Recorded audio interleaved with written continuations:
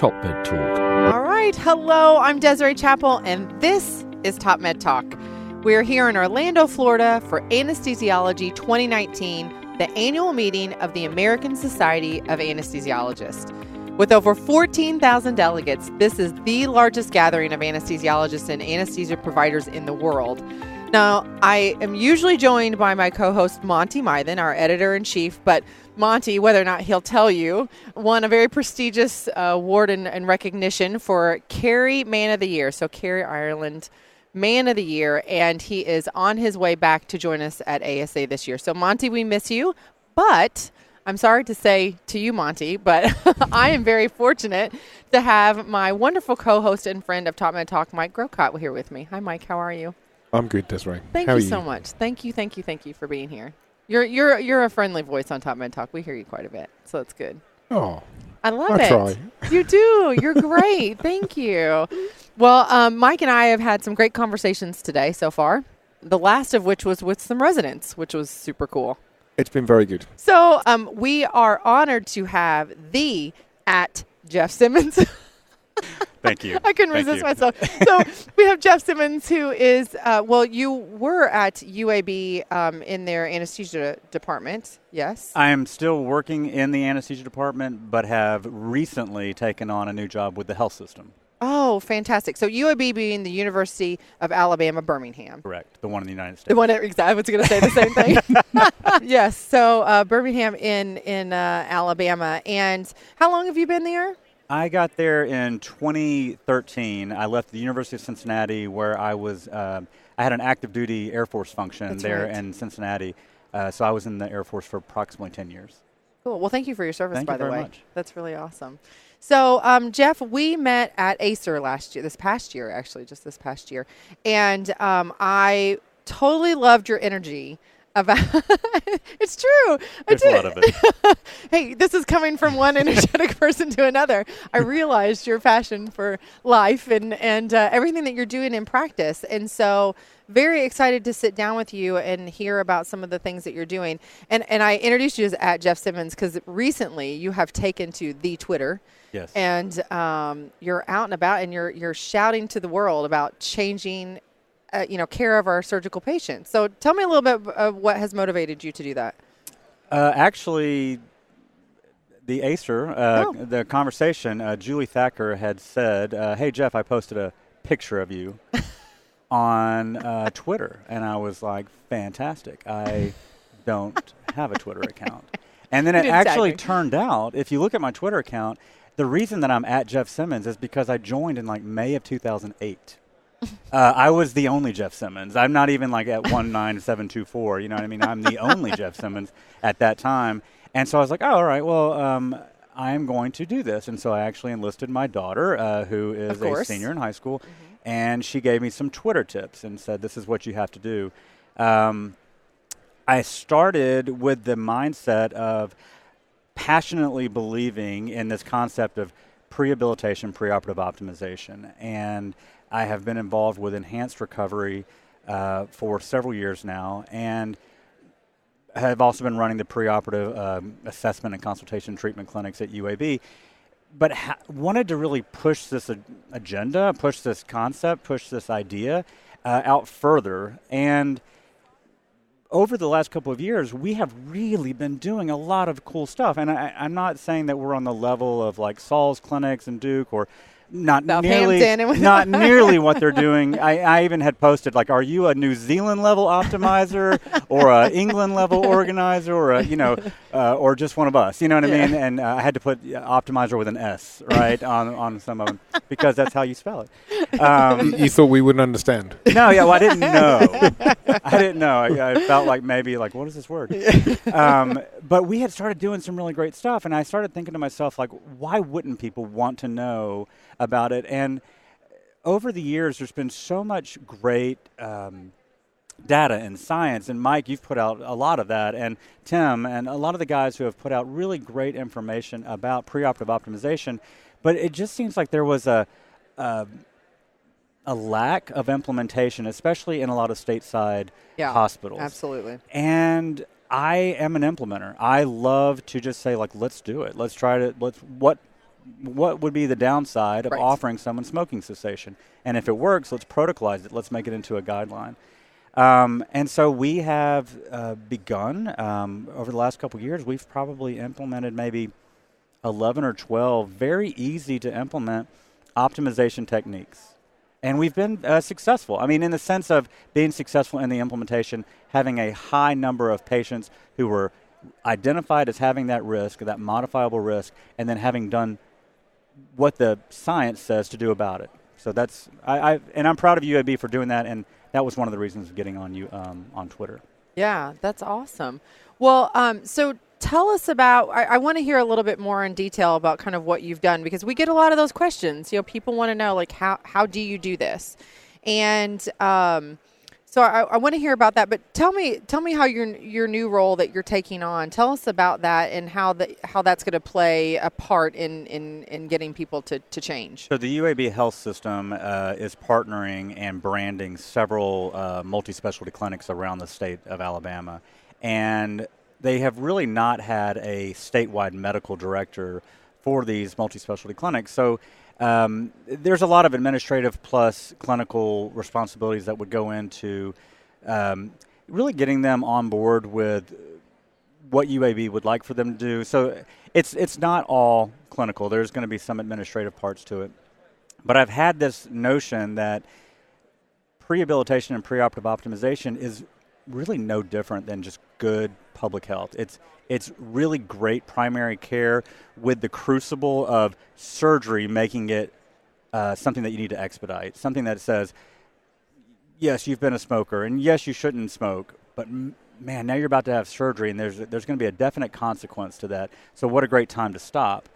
And then really saying, well, what if we took this idea all the way to the surgical clinics, and where they would have the information, the how-to, knowing that it's not very difficult. I mean, there are some things that are difficult. Sure. There's low-hanging fruit and high-hanging fruit, but if we could really push that out as far out to the actual surgical decision, like what I see is being done in England, and this is not a novel concept to probably any of our European listeners, and they're like, yeah, of course, but it's a novel concept here. Yeah. And if we can really push that out as far to the surgical decision-making time frame, we could then use the preoperative assessment clinics for real fine-tuning. Yeah. And that would just be remarkable. I think that's when you're really going to see this explode. And so I have taken to this hashtag on Twitter, this E before S. Yeah, I saw that. And this idea of enhancing recovery before surgery. Yeah. Because if you wait till after surgery, the cat's out of the bag to some extent. There's so much we can do after surgery and intraoperatively, but I think where you're going to see the biggest bang for your buck is going to be prior. Absolutely. So, yeah, Mike, go ahead. Well, so I love the idea of the pre-operative clinic as a fine-tuning environment. How are you getting to your patients? How are you interacting with your patients earlier before that, such that they're ready to be fine-tuned by the time they come to the clinic? Well, part of it is I would like to get to that concept, and that's going to be one of the things that I'm going to try to help push out to these multi-specialty clinics around the state. But locally, in the last couple of years, what we've done is just make the information of implementation or the what are we doing readily available. I was thinking about this concept on the way in, but the concepts and the how-tos of prehabilitation should be held with an open hand. Right? If you were like, I know what to do, but you don't tell anybody what to do, you might as well keep it to yourself. So holding it with an open hand for anybody who wants to know about it. And we have found so much more agreement in what's going on when we have reached out in a multi-specialty way, making visits to clinics, really bringing CRNAs and frontline providers in. I mean, and explaining to them, not so much like this is what we're going to do for prehab, explaining to them that without them it can't be done. Right. I mean, you can do so much, but if the frontline providers don't know what to do, it's not their fault if they derail it, if they have no idea what's going on. So we've tried to incorporate a lot. Also, Twitter for advertising, sure. And then lastly, just getting our guidelines out for UAB physicians and making it easily available on the internet so that they can see our guidelines and what to do. Well, we were talking, Mike, our first conversation today was all about prehabilitation and getting to our patients before, and that point of contemplation, really. And it sounds like those are kind of, you guys are talking the same language notion. here. One of the things we discussed earlier was the, so how you target the patients that most need it, on the basis that it's unlikely you've got the resources to support everybody. And we talk about universal, targeted, and specialist interventions. But how do you? What are you using to identify those in need, and then what's the pathway for them? I have found that there's been a lot of success in individually reaching out to service lines. So we went out for our initial foray into optimization. Okay, so ERAS separate. ERAS always starts out with colorectal, it seems like. You know? So you always do your colorectal ERAS first, and then GYN and urology, and everybody starts to build on it. I think we're now doing bariatric ERAS now.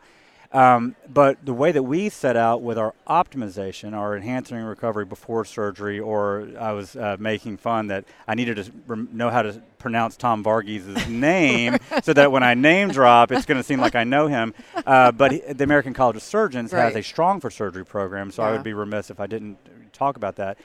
But we targeted specific service lines, and we went after the total joint arthroplasties, hips, knees, and complex spine. And we said, if we could bundle, okay, so we presented it to them almost like Progressive Insurance. I think I have to give them a royalty now or something. I'm like Flo from Progressive Medicine. Yeah. So we basically said, okay, these are the... I think they need to give you a royalty. I know, right? Bundle and save a life. Sorry. So we took the 14 modifiable risk factors and how we would optimize them, and we did a couple things. We said, we're not just going to talk about it in this nebulous term. We're going to say what specifically we're looking for. This is the measure, right? So we're going to say we're going to do a PONS score, a POM score. Yep. That's kind of like when a medical student doesn't know if it's supposed to be BUN or BUN. Do you say PONS or PONS? Okay, well, for our listeners, what does that even stand for? It's the perioperative nutrition screening. Yeah, nutrition screening. That's right. That Duke does. Duke and Paul Wishmeyer in that group. Paul Wishmeyer. We actually do a Nestle mini nutritional assessment. Okay. So we don't actually do that one. But so what is the diagnosis? And then secondly, how are we specifically going to diagnose that? Third, what is going to be the treatment plan with a timeline? Okay, so it's not nebulous, right? And so when we went to go tell them, we want to do this for you, you're having a problem with, and this is hypothetical, but let's say that they were having a problem with perioperative DVTs and surgical site infections. So we said, okay, this is how we're going to help you. Then we got basically the buy-in from them, and we wanted to know this. If we identify all these things and we communicate with you, are you willing to actually delay a procedure? Are you actually willing to postpone a procedure for optimization? And they said absolutely. Wow. And early on, it was harder.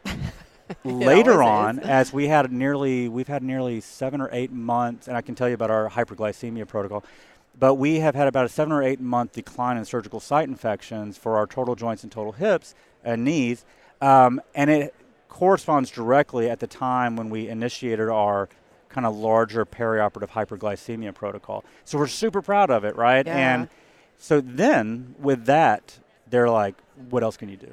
Yeah. What else what's can next? you do? Yeah. and now we're a partner, right? Very and cool. So now we're a partner, and just like anything else, just like with enhanced recovery, now we're starting to see some other surgeons come by and saying, I see that you're doing this. And we've kind of shopped it around. And so we're starting to see like GYN oncology now. They're real big. Great. And the Macmillan prehabilitation concepts just came out. Yeah, we were just talking about that. They're phenomenal, right? I'm like, I wish we could do that. They came out this summer whenever we were at EdPump. Mike. Yeah, early July. Yeah. And so, but it's starting to come out. And, we were joking around. I don't know if I was there for it or if I was listening to, 'cause, by the way, I'm a huge TopMedTalk. I'm geeking out right now that I'm on this show. I think that's so cool. But Lee Fleischer was saying, well, no, we've arrived when prehabilitation is no longer auto-corrected. And you said that much better than I did earlier, but yeah. So I true. think that we're starting to arrive, right? So. We're having surgeons really become interested in what we're doing. And it's only going to be through making it local, growing it. So Yeah. that's how we've done it. That's how we've kind of reached out. Wow, that is phenomenal. You guys are And doing I'm some willing to good share work. any of this. Honestly, That's right. I would love to be able to share basically what we do. And I also understand this. Everyone's not going to do the same. Right, and they're not expected to do it because it's not going to be the same for everybody. Yeah. It can't be. I was listening to Angie Edwards talking about preoperative anemia optimization, and we at the time did not have the resources to do intravenous iron infusions, but we started small, and we started out with oral iron replacement, B12 and folate replacement, and Dr. Edwards was kind of like, maybe not as effective as you would like it to be, Yeah. right? Yeah. But we've seen some benefit. Yeah. We have seen not the dramatic improvement that you would get with IV iron. And then over the course of the last probably year and a half, we've then formulated some collaborations with Hem-Onc to be able to get a patient in much sooner and get their carboxymaltose. Well, at least you're starting the conversation with it. I mean, and that's so important that people are in creating some awareness because that's everything that we're doing. That's exactly right. I mean, you have to get people on board, and it's only through those types of conversations. They have to believe in it. They have to see it in action. And great story, inspiring story. Barriers? What have been the obstacles that you had to overcome along the way? Well, one of the biggest barriers, I think, is that who pays for it, especially in the United States, who pays for it. The national health system, I'm not even going to get into that. We have the same challenges. There seems to be issues. You get into some other things. There's things that you would like to do. We really wanted to get into obesity management. Oh, gosh, yeah. But then Americans see obesity management, you're going to starve yourself. Right, and we don't want people to starve themselves. No. We wanted to do it in a healthy way. When we looked into weight management programs, it's very expensive and almost not a possibility for things that we're going to do. Nutrition and being able to get the protein supplementation and the vitamin D supplementation into patients' hands, very difficult. We had one surgeon that was actually just saying, this is the link on Amazon Prime. You can buy it. I was somewhere who did that. This is how you do it. You're going to order it. They're going to deliver it directly to. And really, that's genius, as long as you have a patient population that's willing to do it. And that can do that. Exactly. So some barriers are going to be who pays overall. For example, we do smoking cessation, but one of the things that we do for public health is for patients that have a high stop-bang score. Or patients who are on a considerable number of opioids or benzodiazepines, we will give them or prescribe for them a Narcan prescription as an emergency medication for post-operative emergency. And we describe it as a public health thing. It's for you because you're in a high-risk time where you were going to be getting new opioids. That can be paid or not paid. And if it's not paid, it might be $100. Yeah. Right? And so that becomes a barrier. I would say the other part of it is the overall lack of the controlled trials, the studies that say it works, right? We do all this from public health. So Mary Hahn put out a really, I'm leaning forward. All right, let's get it. I'm leaning forward. We're getting into it. I can't lean forward. No, come in. We are You're fine right there. I'm in. Yeah, I'm in. So if you look at the smoking cessation, you know that there is going to be benefit for smoking cessation. But when you say that you did it in the preoperative and how did it result in postoperative outcomes, it's very difficult because it's so multifactorial. Yeah.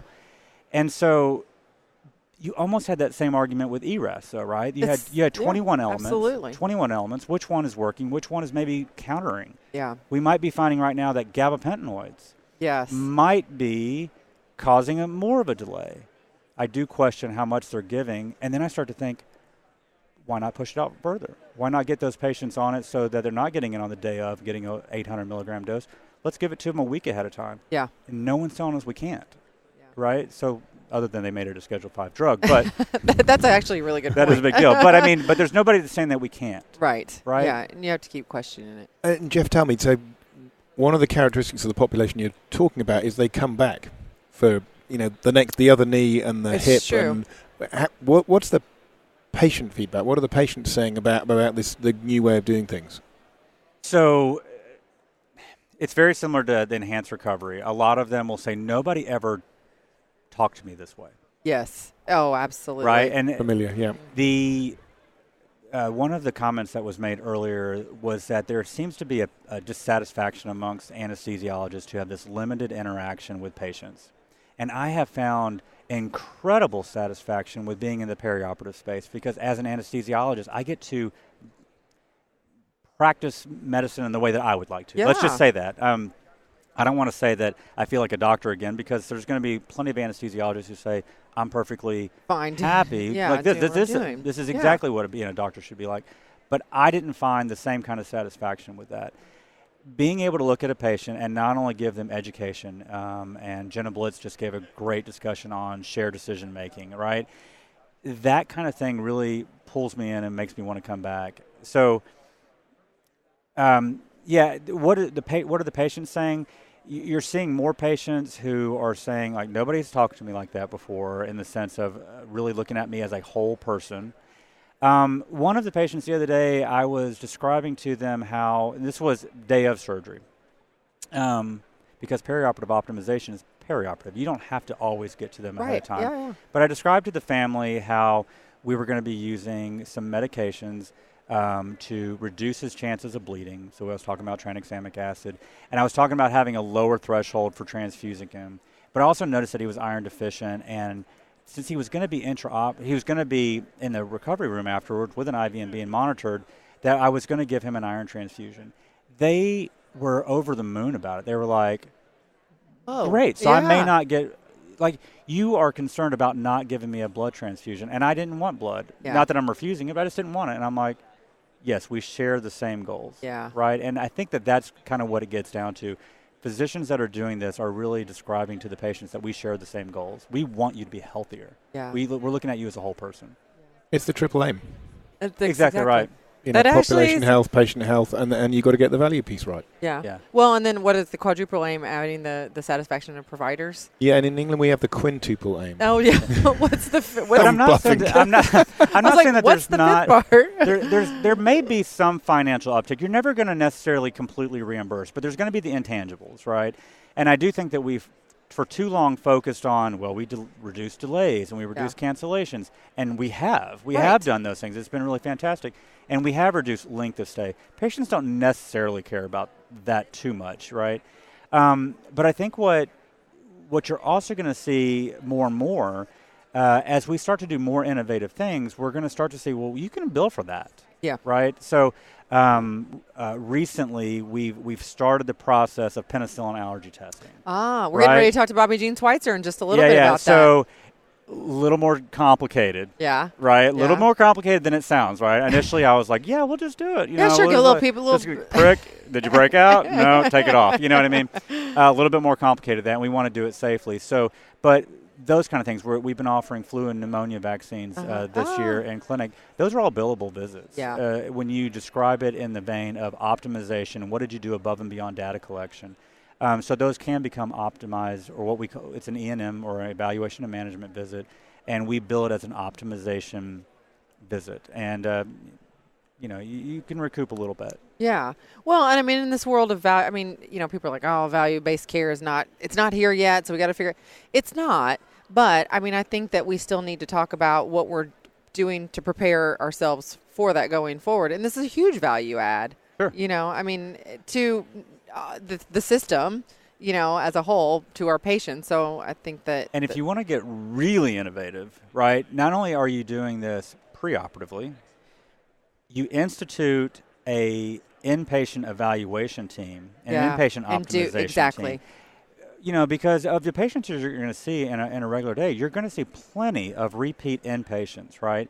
Those patients shouldn't be forgotten, right? And having that optimization team that are going around doing, let's just say, preoperative evaluations, but they're recognizing IVs, they're recognizing what the consults are saying, they're making sure that those patients are getting proper nutrition perioperatively. Yeah, absolutely. There's a lot of benefit in there. And so we've also have a pretty robust inpatient evaluation team at UAB that I'm super proud of, because what we're seeing now is we can now start to impact, sometimes even when we lose them sometimes in that middle ground. Yeah. And so this is a way that we don't lose them. Now, Desiree, I'm sensing we're starting to run out of time. We are. Can I go off piste? Oh, yeah? So, like, we have a yeah. Jedi Knight of Twitter here, stays Dark Ops for 10 years, bursts onto the scene. Can I get your top 3 hints from your daughter that's... Oh, yeah. No, you've been tweeting these, right? Everyone should know these. Yeah. The very first thing that she told me is she's like, you need to tweet about 3 times a day to be relevant. Oh, my God. About 3 times a day. You're doing this, by the way, aren't you? Oh, yeah, but I think I went overboard. Sometimes I tweet more. Look, you are so relevant. I'm so relevant that I just, on Twitter. The second thing that she was talking about is, and this is actually true, a Twitter that is not a Twitter. A tweet. Thank you. Tweeter. Is that English? So a tweet that is untagged is not a tweet. Okay, so what does that mean? That means you need to mention somebody. Oh, yeah. Right? If it's just a random musing that you just post. It's got to have a hashtag or an at Jeff Simmons within it. It needs to say, and there are tricks, right? If you're like... you target people. I really like water. What do you think, Jen Gunter? You know what I mean? And then a billion people read it because you like water. Then people are like, I like water too. And 9 new followers. Because I love water. You're hired. Yeah. You are now on TopMedTalk staff. Yeah. And then you try to be authentic. Yes. Honestly, absolutely. You have to stay true. Do you really like water? Yeah, I mean, I just want to see if we relate. Just checking. Do you ever feel tired in the morning or hungry late at night? Oh. Do you ever feel a lack of energy? We're going to tweet about that today. Yeah, no. All of those things. Those are going to be my 3 tweets today, actually. Good call. But being authentic, I think, is really – and honestly, that is one of the reasons I love TopMedTalk. Just to get back to you guys. Well, let's make it all about us. I do want to get back to you guys. You guys stay on topic, and every day that I listen to it on the way home, because it's a perfect amount of time, and I do love hearing Monty go, TopMedTalk. You know what I mean? I tune in just for that. Just to hear that? Just for that part, and I love the round table. But we get into it, and you guys stick to topic, and I learn so much every day. Oh, well, thank you for You're that. welcome. That is a very, very high compliment. It's not bragging if it's true. So. Well, you're saying it, not me. So, well, a testament to the power of social media and the power of voice and conversation and connection. I think it's really important. So thank you for all you're doing in this space, and look forward to hering about your accomplishments. Thank you so much. Inspirational. Very cool. It really is. So good pointers there, not just for Twitter. Good pointers on pre-op optimization. And so I think that's great. So a couple points before we head out of this conversation. We're going to be talking to Bobby Jean Schweitzer here in just a little bit. Be sure to subscribe to TopMedTalk. Jeff, have you subscribed to TopMedTalk? I am a subscriber. That's I've been, awesome. Yes. From the beginning. So platinum subscriber from the sounds of it. So what? Platinum subscriber. Yeah, I put in a review. I gave you a 5-star. Yeah, that's right. Thank you. That's a good idea. So 5-star reviews. Yeah. All right. Thank you for that. I appreciate it. Be sure to subscribe to TopMedTalk, though, if you haven't. If you have, we're going to send this to you, too. But we have developed now the Editor's Top Pick and the Peri-Op Coach series in box set, curated compilation. So if you haven't listened to TopMedTalk before, or even if you have, this is kind of the best of the best. Some things that we wanted to highlight that really speak to what TopMedTalk is. So keep a lookout for that whenever you subscribe to TopMedTalk. Also, and Jeff, we can put you in the running for this if you want. You could enter to win this bespoke, beautiful Marshall amp speaker. We're giving this away. Oh, absolutely. Oh, I thought it was an antique that you guys were showing. Oh, my God. On. I'm going to tell Monty you said that. That's fantastic. No, that's for real. This is awesome. So this is actually I thought we were trying to make some ambiance or something like that. No, isn't that cool? No, we're going to have a dance party later. Oh, cool. Yeah. Well, we have silent disco headphones, which is a whole other conversation. I've got glow sticks. Yeah. Oh, well, there you go. They're warm because they've been in my pocket. Oh, this is a scary conversation. Too much information. Yeah, way too TMI. But anyway, subscribe to TopMedTalk. Be sure you have to follow us on social media. Follow at Jeff Simmons on social media. And look forward to future conversations that we have through the rest of the ASA. We're going to be talking to, again, key opinion leaders in our field of perioperative medicine, so stay tuned for that. And thanks for listening. And Jeff, thank you so much. It's awesome. Great talking to you, Jeff. All right. Thank you. Cheers, everyone. Thank you. TopMedTalk. Just a quick reminder, subscribe to TopMedTalk. We're a daily source of news and conversation focused on perioperative care. We bring you all the latest talk from all the major conferences in the perioperative space. We can also be found on Twitter, Facebook, LinkedIn, Instagram, and we now have a free mailing list with special offers and additional goodies for subscribers. Go check us out at TopMedTalk.com. That's www.topmedtalk.com.